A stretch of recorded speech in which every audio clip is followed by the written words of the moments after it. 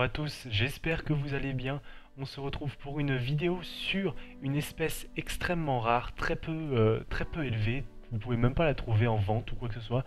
C'est vraiment une espèce que j'ai réussi à dégoter par moi-même, hein, très compliquée à avoir, mais vraiment magnifique et j'ai vraiment envie de vous la partager.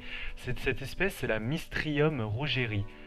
C'est même une variante de cette espèce un petit peu spéciale, je vous expliquerai un peu plus tard. De toute façon, je ferai un suivi de cette magnifique colonie pendant quelques temps et vous verrez bien sûr l'évolution du couvain, des ouvrières et aussi je vous dirai quelques petits tips sur cette espèce. Du coup, oui, cette espèce est endémique de Madagascar, hein. C'est vraiment une espèce que vous ne pourrez trouver que là-bas. Comme vous pouvez voir, elle possède des sortes, à la place des mandibules, des sortes de spatules. C'est vraiment une particularité de cette espèce qui est en fait, à l'inverse des Odontomotacus, je ne sais pas si vous connaissez, qui ouvrent à 180 degrés leurs mandibules pour les refermer d'un coup de manière très violente pour tuer la proie. Là, cette fois-ci, cette ouvrière ne va pas vraiment faire ça, même si elle peut les ouvrir très grands pour les refermer sur sa proie. C'est vraiment sa spécificité, c'est de pouvoir qu'en fait croiser ses mandibules. Ainsi emmagasiner de l'énergie en croisant ses mandibules, en les bloquant et relâcher d'un coup ses mandibules pour taper par exemple une ouvrière, pas vraiment une proie, c'est vraiment plutôt un mécanisme de défense. Par exemple, la colonie est attaquée et ainsi va taper la colonie, va taper la fourmilière adverse et ainsi l'envoyer en l'air ou vraiment l'exploser.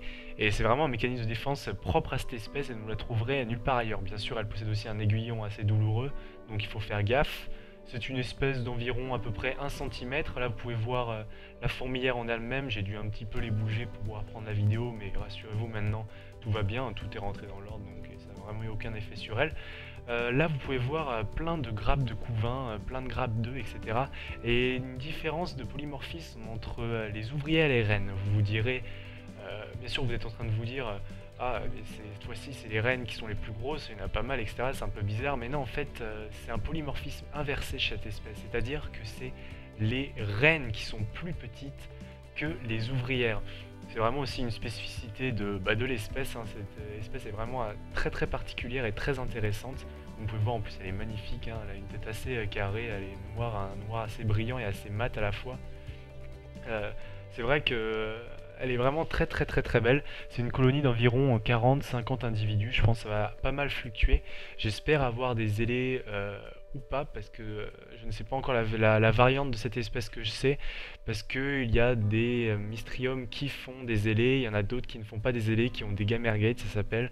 C'est-à-dire des reines qui peuvent être plus ou moins, enfin, fécondées ou non, et plus ou moins, enfin aussi bien sûr.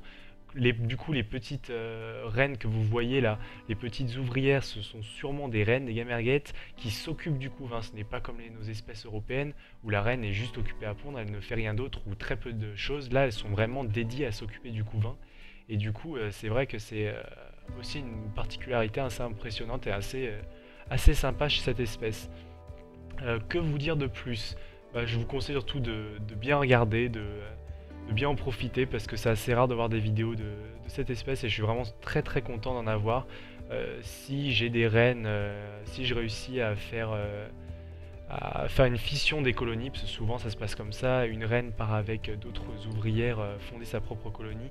Si je réussis à avoir une fission de la colonie, peut-être que j'en mettrai en vente ou quoi que ce soit, mais c'est vrai que c'est des espèces assez rares et assez chères et qui demandent beaucoup d'entretien. Par exemple, il y a un taux d'humidité assez énorme dans la fourmilière qu'il faut que je maintienne, environ 80%, voire 70%, ça dépend des moments.